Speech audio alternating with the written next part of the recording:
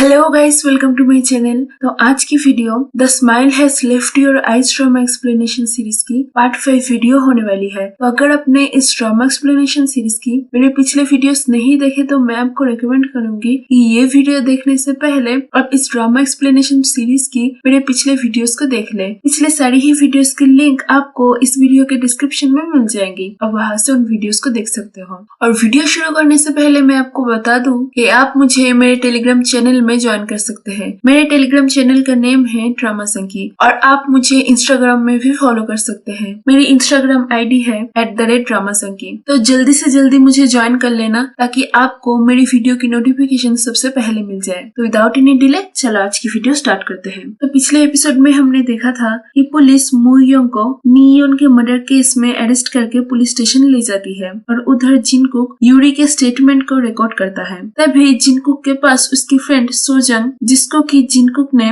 मीयोन murder case के बारे में सभी इंफॉर्मेशन दिया था, उसकी फोन आती है जो कि उसे बताती है कि पुलिस ने मूयोंग को अरेस्ट कर लिया है। तो ये जान के जिनकुक पुलिस स्टेशन जाता है जहां वो देखता है कि पुलिस मूयोंग को इंटरोगेट कर रही है। तो पुलिस मूयोंग के घर से मिली मीयोन की ट्रॉफी, खून से लथपथ पैसे और फोन दिखा के पूछते हैं कि क्या उसने ही मीयोन को मारा है। तो मूयोंग बिना कोई झिझक ये कबूल करता है कि उसने ही मीयोन को मारा है। ये सुन के जिनकुक बोलता है कि मूयोंग झूठ बोल रहा है और असली कातिल मेरे साथ पुलिस स्टेशन आई हुई है और उसका स्टेटमेंट मैंने रिकॉर्ड किया है। इसके बाद जिनकुक पुलिस चीफ को एक वीडियो दिखाता है जहाँ पर यूरी किसी लड़के के साथ बहुत ही क्लोज थी। तो उस वीडियो को दिखा के जिनकुक बोलता है कि ये वीडियो यूरी के स्कूल टाइम की है। इसके बाद मीयोन को इस वीडियो की कॉपी मिलती है, जिसके बाद से मीयोन यूरी को ब्लैकमेल करना स्टार्ट करती है। पहले पहले वो सिर्फ उससे महंगे हैंडबैग्स मांगती थी, लेकिन मीयोन के पापा के बैंकक्रप्ट होने के बाद उसने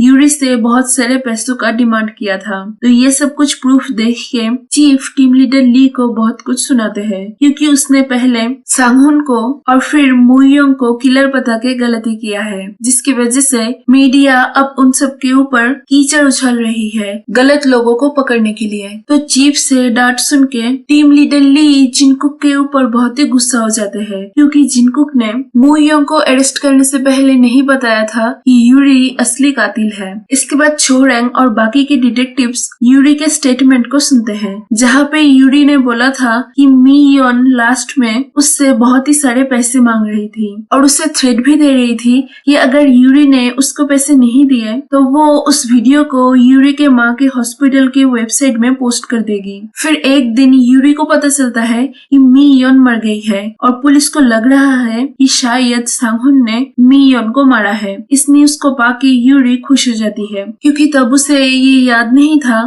कि सांगहुन ने नहीं बल्कि उसने ही मीयोन को मारा है। आगे जिनकंग न्यूज में मूयोंग के अरेस्ट हो जाने की खबर को सुन के सोजंग को कॉल करके पूछती है कि क्या सच में ही मूयोंग ने खून किया है। तो सोजंग उसे बताती है कि मूयोंग ने खून नहीं किया, जिसको सुन के जिनकंग को रिलीफ मिलती है। इसके बाद छोरेंग को मूयोंग के कॉल डिटेल से पता चलता है कि उसकी जिनकंग से बातें होती है। तो ये देख के वो मूयोंग के कॉल डिटेल से जिनकंग का नाम हटा देता है ताकि पुलिस जिनकंग से पूछताछ न करे। फिर यूरी के सब कुछ कबूल कर लेने के बाद मूयोंग जेल से निकल जाता है और वहाँ से निकल के ही वो जिनकंग से मिलता है और उसे बोलता है कि पुलिस ने मुझे मर्डर केस में अरेस्ट किया था, लेकिन मैंने मर्डर नहीं किया है। क्या तुम मुझे देखकर डर रही हो क्योंकि पुलिस मुझे पकड़ के ले गई थी इसीलिए? तो ये सुन के जिनकंग बोलती है कि हाँ, मैं तुमसे डरती हूँ क्योंकि मैं तुम्हें समझ नहीं पा रही हूँ। ये बोल के वो चली जाती है। फिर जिनकुक मूयोंग के पास जाके बोलता है कि उसे पता चला है कि मूयोंग मीयोन के मर्डर के 2 हफ्ते पहले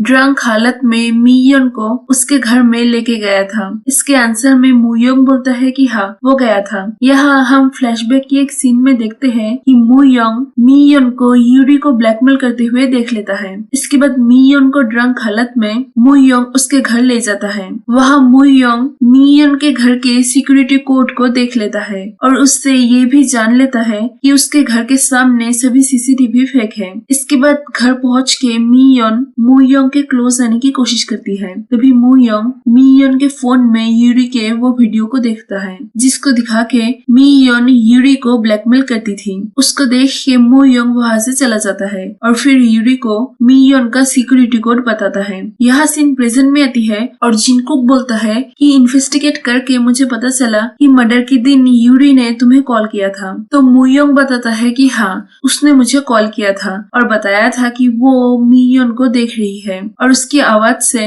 मैं समझ गया था कि वो ड्रग्स के नशे में है। इसीलिए तभी यूरी को देखने के लिए मैं मियोन के घर में जा रहा था और तभी उस गाड़ी के डैश कैम वीडियो में मुयोंग आ जाता है। ये सुन के जिनकुक पूछता है कि तुम मियोन के घर के सामने पहुंचने के बाद उसके घर में नहीं जाते और एक स्टोर में बहुत टाइम गुजारने के बाद मियोन के घर जाते हो, लेकिन क्यों? क्या तुम ये चाहते थे कि यूरी मियोन को मार डाले? जिसके जवाब में मुयोंग कुछ भी नहीं बोलता। तो इसका मतलब शायद मुयोंग चाहता था कि यूरी मियोन को मार डाले ताकि मियोन और कभी भी यूरी को ब्लैकमेल ना कर सके। इसीलिए मुयोंग ने यूरी को मियोन के घर का सिक्योरिटी कोड बताया है ताकि यूरी मियोन के घर में कभी भी जा सके। फिर उसे ये पता होने के बावजूद कि यूरी ड्रग्स के नशे में मियोन के घर में है और मियोन का खून भी कर सकती है, फिर भी मुयोंग यूरी को रोकने नहीं जाता। इन सब से ये क्लियर हो जाता है कि मुयोंग यूरी को मियोन को मारने से नहीं रोकना चाहता था। तो मुयोंग से बातें करके जिनकुक उसका मोटिव समझ जाता है और वहाँ से चला जाता है। आगे यूरी जेल में जिनकांग से मिलने का मांग करती है तो जिनकांग उससे मिलती है, जहाँ यूरी उससे माफी मांगती है उस दिन कार से उसका एक्सीडेंट करने की कोशिश करने के लिए। तो जिनकांग पूछती है लेकिन क्यों तुम मुझे मारना चाहती थी? तो यूरी बोलती है कि मुयोंग ने सिर्फ जिनकांग को ही अपनी पर्सनल लाइफ के बारे में बताया है जो कि कभी भी उसने यूरी को नहीं बताया, जिससे यूरी जेलस हो गई थी। आगे जिनकुक मुयोंग के कॉल हिस्ट्री में जिनकांग का नंबर देखता है जिसको कि छोरेंग ने ओरिजिनल डॉक्यूमेंट से हटा दिया था। ये देख के जिनकुक गुस्सा हो जाता है। इसके बाद जिनकांग छोरेंग से मिलके उसके पास एडमिट करती है कि वो छोरेंग को डेट नहीं कर सकती। ये सुन के छोरेंग बोलता है कि मुझे पता था तुम यही बोलने वाली थी, तुम मुझे डेट ना भी करो तो चलेगा, लेकिन मुयोंग को डेट मत करना क्योंकि वो तुम्हारी तरह नहीं है। ये बोल के छोरेंग चला जाता है। आगे जिनकांग को उसके ऑफिस कलीग से पता चलता है कि ऊसांग के मरने के बाद सेरेन अब आर्ट्स ब्रियोरी का मालकिन बन चुकी है और अब सेरेन नया पब खोलने वाली है जहां वो मुयोंग को मैनेजर बनाने वाली है। इसके बाद जिनकांग घर जाती है जहां जिनकुक उसे बोलता है कि क्या तुम मुयोंग के क्लोज हो? अगर हो तो तुम्हें उससे दूर रहना पड़ेगा। क्या तुम्हें सेयोंगा के बारे में याद नहीं कैसे मुयोंग ने सेयोंगा का यूज किया था? ये सुन के जिनकांग बोलती है कि सबको ही एक दूसरा मौका मिलना चाहिए खुद को सुधारने के लिए। तो जिनकुक बोलता है कि मुयोंग दूसरा मौका डिजर्व नहीं करता क्योंकि वो ह्यूमन नहीं है और कोई भी चीज उसे हर्ट नहीं कर सकती। ये सुन के जिनकांग दुखी हो जाती है और फिर वो मुयोंग से मिलती है और उसे बोलती है कि सभी सोचते हैं कि तुम बुरे इंसान हो, लेकिन मैं ये नहीं चाहती कि लोग तुम्हारे बारे में ऐसे सोचे। क्या तुम सेरन का ऑफर मान के उस जॉब को लेने वाले हो? ये सुन के मुयोंग बोलता है कि अगर तुम बोलो तो मैं वो जॉब नहीं करूँगा। जिनकांग बोलती है मत करना वो जॉब और मुझसे प्रॉमिस करो कि तुम अच्छे इंसान बन जाओगे। ये सुन के मुयोंग बोलता है कि मुझे नहीं पता कैसे मैं अच्छा इंसान बन सकता हूँ, क्या तुम मुझे सिखाओगी कैसे एक अच्छा इंसान बनना है? यह से सीन चेंज होती है और अगले दिन जिनकुक जिनकांग को बोलता है मैं पिछली रात थोड़ा ज्यादा ही गुस्सा हो गया था, तुम जो भी करना चाहो वो कर सकती हो, मैं तुम्हें नहीं रोकूंगा। तो जिनकुक से ये सुन के जिनकांग खुश हो जाती है। इसके बाद सेरन मुयोंग से उसके दिए हुए जॉब ऑफर के बारे में पूछती है क्या वो उस पब को मैनेज करेगा। तो मुयोंग जिनकांग को किए हुए उसके प्रॉमिस के मुताबिक सेरन का जॉब ऑफर रिजेक्ट कर देता है। आगे मुयोंग और जिनकांग छुप छुप के एक दूसरे को डेट करना स्टार्ट करते हैं क्योंकि जिनकांग जिनकुक को नहीं बताना चाहती थी कि वो मुयोंग को डेट कर रही है। इसके बाद सोजंग जिनकुक से बातें करते हुए उसे बताती है कि जिस दिन मुयोंग अरेस्ट हुआ था उस दिन उस न्यूज को पाके जिनकांग ने उसे फोन किया था और तब जिनकांग बहुत ही नर्वस थी। तो ये सुन के जिनकुक को याद आता है कि छोरेंग ने उसे कहा था कि जिनकांग ने उससे ब्रेकअप कर लिया है। तो ये याद आने के बाद जिनकुक को लगता है कि शायद मुयोंग और जिनकांग डेट कर रहे हैं, इसलिए वो मुयोंग से मिलके उसको जिनकांग से दूर रहने बोलता है। आगे जिनकांग मुयोंग से मिलती है और वो दोनों डिनर पे जाते हैं, जहाँ जिनकंग उससे पूछती है क्या तुमने सेरन का जॉब ऑफर रिजेक्ट कर दिया। इसके जवाब में मुयोंग बोलता है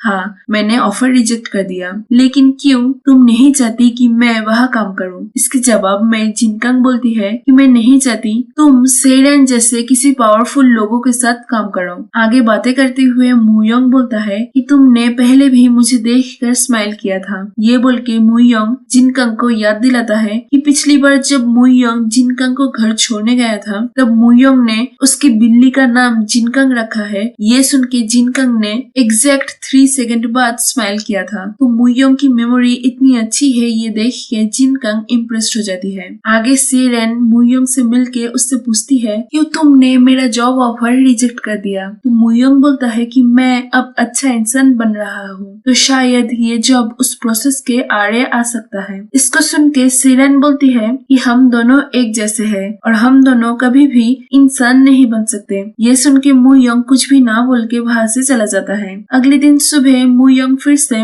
वही अपने चाइल्डहुड का सपना देखता है और तभी जिनकंग आके उसे पुकारती है और उसे देख के मुयोंग उससे हक करता है और फिर जिनकंग को उसके सपने के बारे में बताता है कि उसके सपने में एक आदमी उसके पापा को मार देता है। इसके बाद मुयोंग बताता है कि वो ये सपना तब से देख रहा है जब से उसका सेमा के साथ एक्सीडेंट हुआ है और हर एक बार उस सपने के बाद उससे जिनकंग की आवाज सुनाई देती है, जिसके बाद वो जग जाता है। ये बोल के मुयोंग बोलता है कि शायद ये कोई सपना नहीं बल्कि मेरी पास्ट मेमोरी है जो कि मैं भूल गया क्योंकि मुझे मेरे 5 साल उम्र से पहले कोई भी मेमोरी याद नहीं है। इसके बाद मुयोंग जिनकंग को उसकी ड्राइंग दिखाता है जहाँ पर मुयोंग, उसका भाई और उसके पापा थे। तो ये देख के जिनकंग पूछती है क्या तुमने कभी भी अपने फैमिली मेंबर्स को ढूंढने की कोशिश नहीं किया। इसके जवाब में मुयोंग बोलता है मैंने कोशिश किया था जब मैं 8 साल का था और फिर जब मैं 20 साल का था, लेकिन अब मैं अपनी फैमिली को और ढूंढना नहीं चाहता। तो मुयोंग जो अपने पापा को मरते हुए देखता है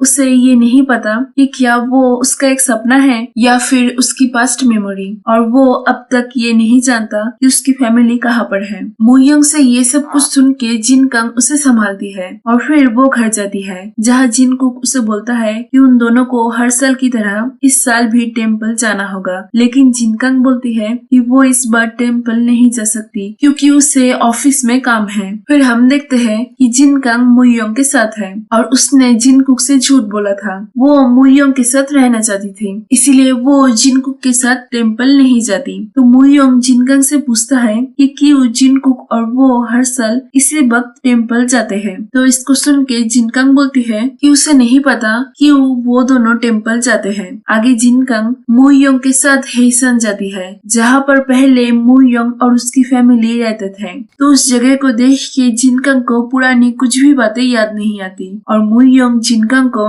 बातों ही बातों में पूछता है कि वो लोग जब हेसन में थे तब भी क्या जिनकुक हेसन में एक पुलिस ऑफिसर था। जिसके जवाब में जिनकंग बोलती है कि हाँ, जिनकुक हेसन में भी एक पुलिस ऑफिसर ही था। तो ये सुन के मुयोंग को याद आता है कि जिनकुक ने उसे बोला था कि वो हेसन के किसी भी पुलिस ऑफिसर को नहीं पहचानता क्योंकि वो हेसन में पुलिस नहीं था। उधर हम जिनकुक को देखते हैं जो कि टेम्पल में था और वहाँ सोजंग जिनकंग के कहने पर जाती है। फिर सोजंग जिनकुक से पूछती है कि क्या जिनकंग को पता है कि क्यों तुम हर साल उसे इस टेम्पल में ले आते हो। तो जिनकुक बोलता है कि उसे अभी तक नहीं पता है और उसे कभी भी पता चलना भी नहीं चाहिए। ये सुन के सोजंग बोलती है अच्छा है कि तुम जिनकंग को यहाँ पर हर साल ले आते हो जिससे उसके मरे हुए पापा जिनकंग को बड़ा होते हुए देख पाते हैं। इधर जिनकंग और मुयोंग उस ऑर्फनेज में जाते हैं जहाँ पर मुयोंग बड़ा हुआ है। वहाँ जाके जिनकंग बच्चों के साथ खेलने लगती है और मुयोंग वहाँ के एक नर्स से अकेले में पूछता है कि क्या उसे याद है कि जब मुयोंग उस ऑर्फनेज में ज्वाइन हुआ था उसके 1 साल पहले पुलिस एक बच्चे की तलाश कर रही थी जिसके हाथ में जलने के निशान थे। लेकिन मुयोंग के ऑर्फनेज में ज्वाइन होने के बाद नन जब पुलिस को खबर करती है कि पुलिस जिस बच्चे को ढूंढ रही थी वैसा ही एक बच्चा ऑर्फनेज में आया है, तब पुलिस ने कहा था कि वो लोग जिस बच्चे को ढूंढ रहे थे वो बच्चा उन लोगों को मिल गया है। तो मुयोंग से ये सब कुछ सुन के नन पूछती है कि क्यों मुयोंग उससे पुरानी बातें कर रहा है। यहाँ से सीन चेंज होती है और मुयोंग और जिनकंग अकेले अकेले में जाके बैठते हैं, जहाँ जिनकंग बातों ही बातों में बताती है कि जब वो स्कूल में पढ़ती थी तब उसे पता चला कि वो जिनकुक की असली बहन नहीं है, क्योंकि जिनकंग ने जिनकुक के असली बहन को जिनकुक को ये बोलते हुए सुन लिया था कि तुम्हारी असली बहन जिनकंग नहीं बल्कि मैं हूँ। और जिनकंग को भी पहले से ही ये शक था कि सच में ही वो जिनकुक की असली बहन है या नहीं, क्योंकि जिनकंग की कोई भी चाइल्डहुड पिक्चर्स नहीं थी और जिनकुक ने उसे बताया था कि उन दोनों के पापा का 1988 में डेथ हुआ था, जबकि जिनकंग का जन्म उसके पापा के डेथ के 2 साल बाद हुआ था। इन सब चीजों से जिनकंग ये समझ जाती है कि जिनकुक उसकी असली भाई नहीं है। तो जिनकंग से ये सब कुछ सुन के मूयोंग समझ जाता है कि जिनकंग के मन में बहुत सारे सवाल है, लेकिन वो उन सब के बारे में कभी भी जिनकुक को नहीं पूछ पाएगी। इसके बाद कुछ देर बातें करने के बाद मूयोंग जिनकंग को बोलता है मुझे तुम्हारे साथ सोना है। ये सुन के जिनकंग बोलती है कि मुझे भी। फिर हम देखते हैं कि जिनकंग और मूयोंग किसी होटल में हैं और वो दोनों एक दूसरे के कपड़े उतारते हैं और फिर इंटीमेट होते हैं। यहाँ से सीन चेंज होती है और जिनकुक सोजंग को बोलता है कि मैंने यूरी को अपना जुर्म कबूल करने के लिए इसीलिए फोर्स किया था ताकि वो मेरे जैसे भूल ना करे और फिर सारी जिंदगी मेरे जैसे ना पछताए। ये सुन के सोजंग बोलती है कि पास्ट में तुमने जो भी किया था उसमें तुम्हारी कोई भी गलती नहीं थी। तो जिनकुक बोलता है कि रिपोर्ट में जो लिखा था वो झूठ था, वो क्रिमिनल पुलिस से छुप के नहीं भागा था और उसका मौत कोई भी एक्सीडेंट नहीं था, लेकिन मैंने उस क्रिमिनल को गोली करके मारा था। इस घटने के बाद मैं मर जाना चाहता था, लेकिन मेरी फैमिली की पूरी ही जिम्मेदारी मेरे ऊपर थी, इसलिए मैं सुसाइड नहीं कर पाया। तो जिनकुक ने किसको मारा है इसके बारे में हमें आगे पता चलेगा और यहाँ ही पार्ट 5 खत्म हो जाती है। तो यही थी आज की वीडियो, मिलती है अगले वीडियो में। Stay tuned. मैं एम करती हूँ कि मुझे इस वीडियो में एटलीस्ट 1 की लाइक मिलेगी, तो प्लीज गाइस मेरे इस विश को पूरा करना और इस वीडियो को ज्यादा से ज्यादा शेयर करना और वीडियो को लाइक करना और मुझे कमेंट करके बताना। आपके कमेंट्स मेरे लिए बहुत ही मायने रखते हैं, तो प्लीज कमेंट जरूर करना। Thank you for watching. God bless you all.